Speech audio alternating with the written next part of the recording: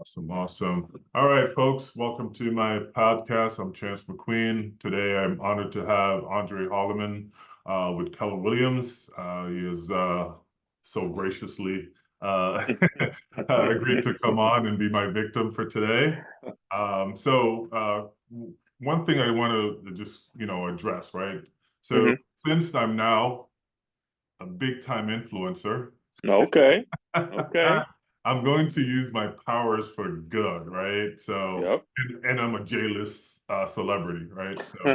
Uh, so today, Andre has a weekly update that he does where he's like, hey, these are the 5 things I learned this week in real estate. Oh, by the way, please like, subscribe to my channel. Don't forget to do that. Appreciate it. So, Andre, last week in real estate, hmm let me know exactly what you learned. So last week in real estate, I had five. I do a weekly recap of what I learned, or just things that I've experienced, and that kind of either are consistent, some things that I think would be helpful, or some things that are new that I've learned from, and just scenarios. Because every day is a new day with us, Mm, and each client has a different scenario, so there's always gonna be different things we have to be able to adjust to. So this Friday, what my main topic was about credit repair. That was number one. So number one was about credit repair and debt management. mm, And obviously, as having to work with people getting themselves pre-qualified and together, we have to deal with credit. yeah, And absolutely. I'm working with the client that I've had for about a year, and everybody's financial situations are different. And she was trying to reserve. She was trying to lower some of her, or consolidate some of her debt and save money on her, monthly expenses. And she contacted a third party debt management credit repair company, Yeah. and they sold her a service that really wasn't beneficial to her. And in that service, she thought she was saving about $200 a month, which is about $2,000 compared to their original debt balance. But it's going to cost her $300 a month. And what they ended up doing basically was they stopped paying the bills for an extended period of time and lowering this person's credit score Yeah. by about 200 points. Yeah. So they called me and they were, distraught. And I was kind of like, I wish you would call me ahead of time because 9 times out of 10, I'll say 9.9 times out of 10, most of these credit repair companies they aren't, what they say they are. They Absolutely. aren't the professionals in the field. And, not to knock somebody's hustle, like I put in, the weekly video that I do, but that's not their job and it's a hustle. And it's Mhm. a big difference between, doing something that's a hustle versus something that's your career. Yeah, Jay-Z And said we can't knock the hustle, right? but this is true. That's why I'm not gonna knock anybody how they do it. It's just, it's not gonna be long, long lived. Mm, There's a very big difference between doing a hustle and doing a career. yeah. So unfortunately it cost this client a considerable amount of credit, considerable amount of time, and that was something that I was really big on educating because a lot of times I think we try to find the quickest resolution to certain problems where sometimes you just have to go through it. Yeah. And unfortunately, trying to win short term hurts you in the long term. And There that's are what no ended up happening. shortcuts here, you know. And None. as a matter of fact, I just got off the phone with a client that was, considering debt consolidation, and I pretty much went through it with them, and I said, hey, if you do have a company, do your research, look at the reviews, and see what everyone's saying, and exactly what you touched on. A lot of time these guys will let you, they'll collect a certain amount, they'll keep that in escrow, and what happens is that there's not enough money there to they let those accounts go, and there's not enough money left in that escrow, and so they're like, okay, well now we're gonna settle, right? hmm Your credit's gonna get ruined worse than where it is now. So there are legitimate companies out there. There are a few, hmm right? But you have to make sure that they're paying off those accounts. You're getting the payoffs for those accounts. hmm You're sending it to them, and they're paying those accounts off, and you're confirming that they've been paid. And now, hmm hey, that's done. Now you can go ahead and make that payment to that specific company. Correct. And the key word I think in that is a few, not the majority. Mm, Um, not the majority. not the majority. Then second thing I learned was I think everybody, well, not everybody, when people have either gift funds or a good amount of money to put down on um, purchasing a home, it's the strategy of how to maximize every dollar. And a client that I was, consulting with was kind of like, if we put more money down, will it give us the cheaper payment? And it was like, no, it's not like buying a car. The more money you put down doesn't always equal a smaller monthly payment. It actually just takes the money from you. So Mhm. we just talked about how the different ways to deploy the money so that you're putting the money down so that if you can avoid PMI, let's do that. But then depending on the price point or depending what type of house we buy, you have money saved aside so that you can make changes if you need to or any necessary repairs that come up because once you get into the house, there is going to be things that you need to fix. Whether it's because you need to or because you want to, having that available cash matters. Mm-hmm. We'll definitely have that conversation with borrowers. It's not a good use of your capital to put down $10,000, whereas that the benefit of that is maybe a $70, $72 change in your monthly payment. So Mm-hmm. it's better. And then we look at, okay, how long is it going to take for you to break even? Is it 3 years, Mm-hmm. 4 years? It might not make sense because we're expecting rates to come down within the next year or two. If you're doing Mm-hmm. FHA financing, you do have to wait a year in order to take advantage of the appreciation, and then you can use that to cover your closing costs. Um, Mm-hmm.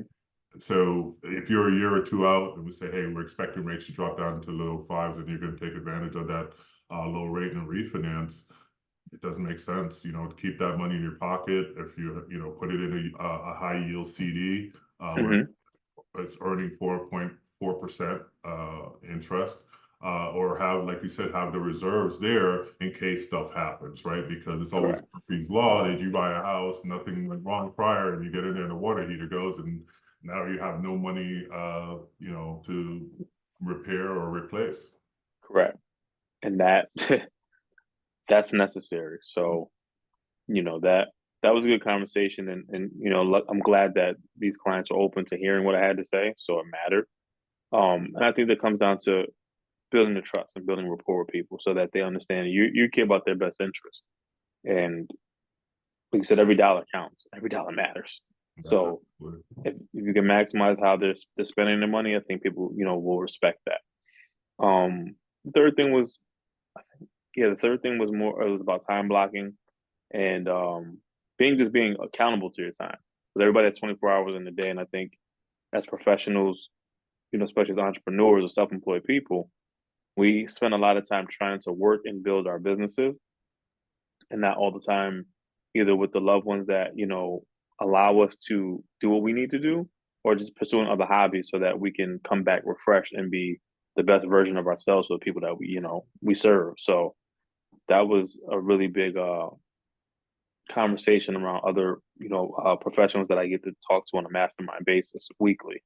That we discuss that how just to make sure we're using our time efficiently because we've been in those days where it's like you wake up at 7 or 6 o'clock in the morning, you're already starting to work, and then it's 4 o'clock, and you're like, what did I do today? Or I just been the fireman putting out fires all day. Like, yeah, yeah. what did I get accomplished?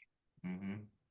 Yeah, there's a definite difference. I noticed that, we spend so much time working in our business and on our business. Mm-hmm. Yeah. Yeah. Exactly. So you got to make your time useful. And I think the fourth thing was it's about skill set. I talked with a coach. I got introduced to, and they just basically challenged me on what what are you getting paid for? You know, what's your skill set that people are paying for, Hmm. and the job that you do the most effectively. What value? And Well, more like what the value that you're bringing, right, to your clients. correct. And if you had to put a job title to it, what is it? What does that equate to? Mm-hmm. Because it's a position that you're paying for. So if you had to and when they talk about leverage, if you have to leverage the business out and had to hire somebody, that's a position you have to pay for. Mhm. While though it may be you, eventually you want to grow to the point where you're paying somebody to be a version of you, or paying somebody to do that specific task. Mhm. And I think that's another part of like holding yourself accountable all the time, because it's like, hey, what am I doing? What am I getting paid for? And am I the best at this specific task? Because if not, I may need to have somebody else do it so that can do it better than me. Yeah, farm out those $5 an hour tasks. Or just even if it's not even a $5 an hour task, if it's a task that you spend more time on it than it makes you, profitable or makes you progressive, go find somebody who's good at it, because that gives you your time back to go do what you're good at. Yeah, And yeah, I think we can't be everything correct, for everyone. correct. It's like when I have a file that goes into processing, I do an introduction email. And I say, hey, listen, my processor is better at this than I am, so she's Hmm. the football from here, and just Correct. lean on her and listen to her, and then I'm there in the background for support, right? Yeah. And that's what people expect from us. Mm. If we don't show up Yeah, in that can't wear all the hats. correct, Yeah, because then, like they always say, like it's the with the McDonald's theory, like everybody has their specific role. Do that specific role yeah. in that kitchen, and then it provides a good product and a good service. Nice, nice. Before we go, I want to ask you, what are your thoughts on the market this year? My thoughts on the market are, it's not easy, but it's what you make of it. And I Mm. think no matter the market, and I think this is the tough part that we have to live in, there's so much information that some information isn't valuable. And I think a lot of times if we allow ourselves to be swayed by what we hear, and takes it off our goals or whatever we're looking to do, we don't make the best decisions for us. Because let's say people who in 2008, could have bought, but the market was so bad they didn't buy, and then they waited. But by the time they waited, the market went back up.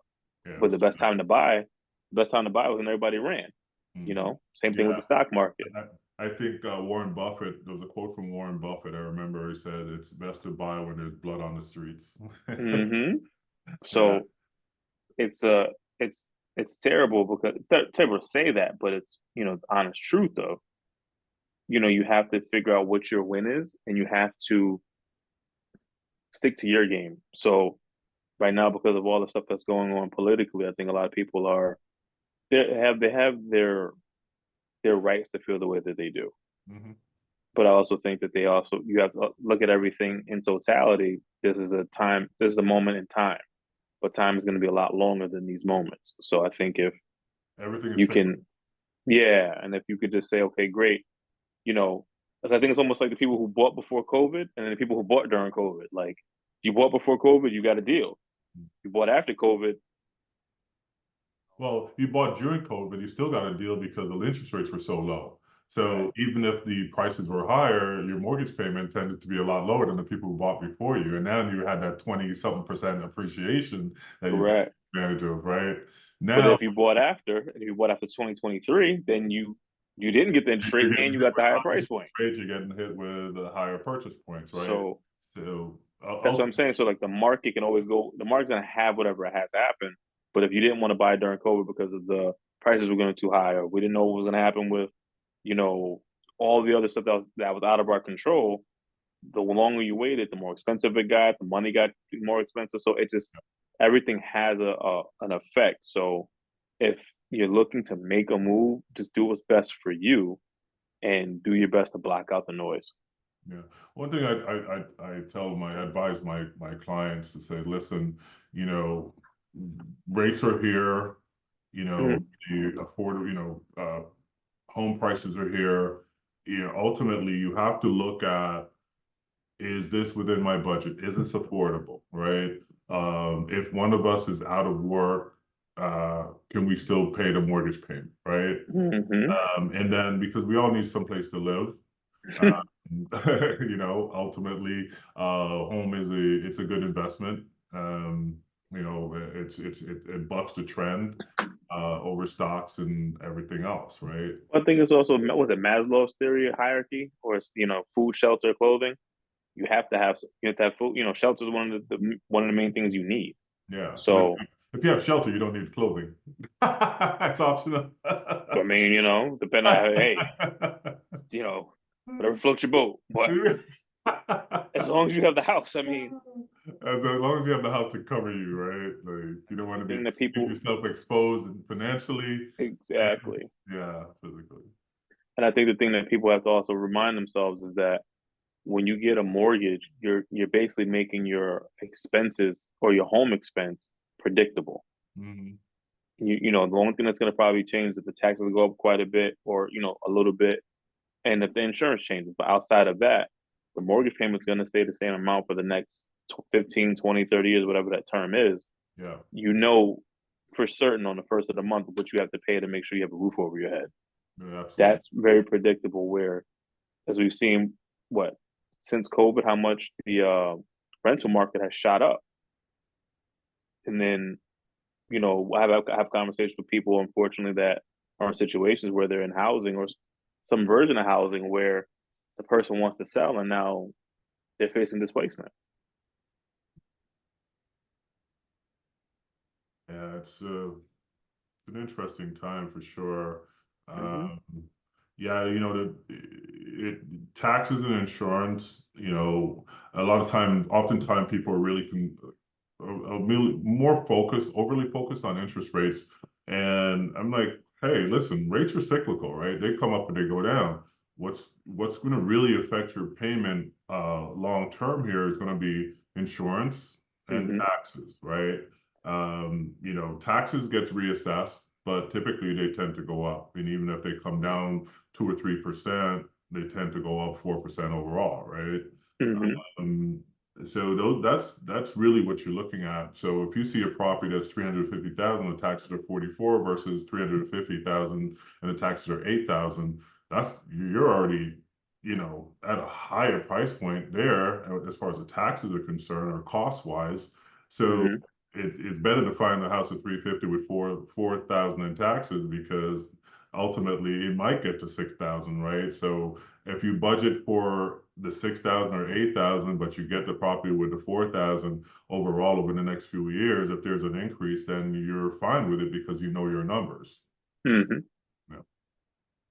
And I think that's the conversation most people need to have so that they understand what they're getting into and Mm. that it's a solid investment so that you're playing the 30 year. And, typically most people stay in the house between 7 to 10 years anyway, but it's, yeah, at least for 7 to 10 years, you have a fixed cost on your housing. Now, maintenance and all the other stuff, that's different, but at least for the time being, you know that you can at least predict that cost Yeah. and put that in your budget. Yeah. One of the things I share with clients as well is a strategy because you're able to write off the taxes, you're able to write off the interest paid on the loan on an annualized basis. So at the end of the year, you're going to put a little bit more money. I'm not an accountant, but you'll be, let's say, for example, you'll be able to put back $200 per month, which is $2,400 per year, right? Back in Hmm. your pocket, take that money at the end of the year, that extra money, and put it into a savings account or a high yield CD, and that you have that money there for emergency, right? To say for hey, the chimney needs repointing or Right. you got to get some plumbing things updated, things like that. To have, especially I have worked with a lot of first-time home buyer, and they're shoestringing it, right? So Hmm.